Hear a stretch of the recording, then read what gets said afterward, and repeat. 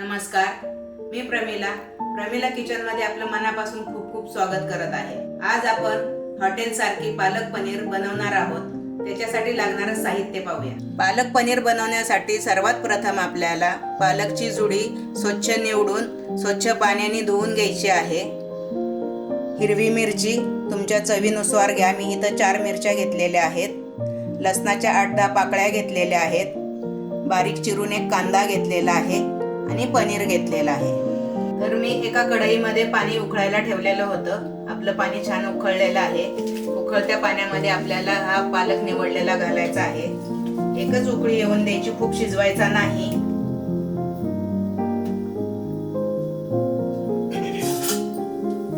पालकाला छान एक उकळी आली।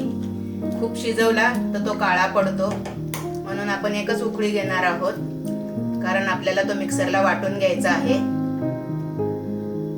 1 मिनिटासाठी मी फक्त झाकण ठेवते। पहा, आता 1 मिनिट झालेला आहे। आपल्या पालकाला छान उकळी आलेली आहे। आता मी हा थंड करण्यासाठी एका भांड्यामध्ये काढून घेते, कारण आपल्याला तो मिक्सर मध्ये वाटायचा आहे। पहा, आता आपला पालक थंड झालेला आहे। मी मिक्सरच्या भांड्यामध्ये पालक काढून घेते। पहा, एक जुडी होती, पण शिजून किती कमी झालेला आहे। बारीक चमचा जिरं घाला, जिऱ्याने चवही छान येते। लसणाच्या पाकळ्या टाका। तर मी इथं 4 मिरच्या घेतलेल्या होत्या। तुम्हाला खूप कमी तिखट खायची सवय असेल तर तुम्ही त्यातली मिरची कमी केली तरी चालेल, पण पनीर घालणार म्हणून थोडीशी तिखटच भाजी छान लागते। आता आपण हे मिक्सरला वाटून घेणार आहोत।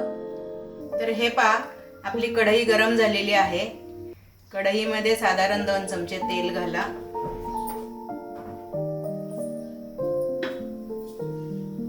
तेल गरम झालं की बारीक चिरलेला कांदा घाला।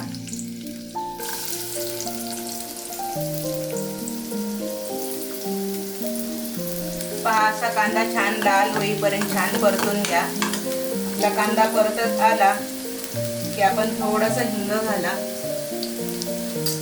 थोडीशी हळद घाला।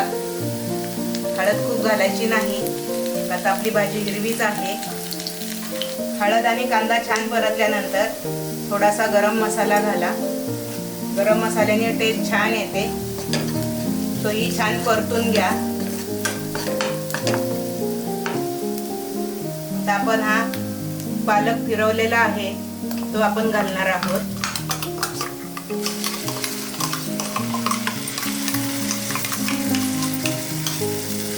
तोही छान मिक्स करून घ्या।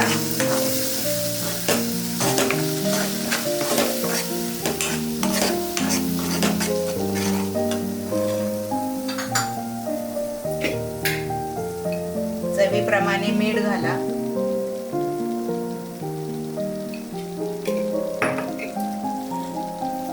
हे छान परतलं की आपण त्याच्यामध्ये पनीर घालणार आहोत। आता मी हा पनीर घेतलेला आहे। तुमच्या आवडीप्रमाणे लहान मोठे तुम्ही तुकडे करा।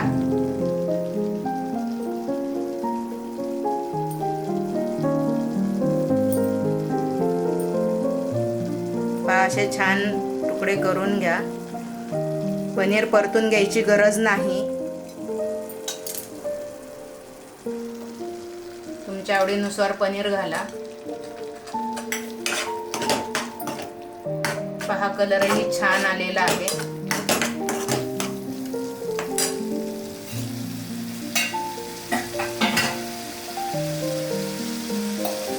थोडंसं याच्यात पाणी घाला, कारण थोडासा पालक आणि पनीर आपला शिजणार आहे। असा छान एकजीव करून 1-2 मिनिटांसाठी झाकण ठेवूया। पहा, आता आपल्या पनीरला छान उकळी आलेली आहे। मी आता झाकण काढते। पहा, आता आपला पनीर खाण्यासाठी तयार आहे।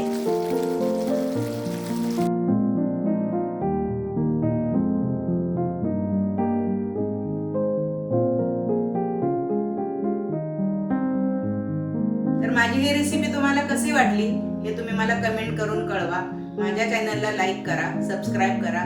चला तर मग पुन्हा भेटूया नवीन रेसिपी सोबत। Thank you.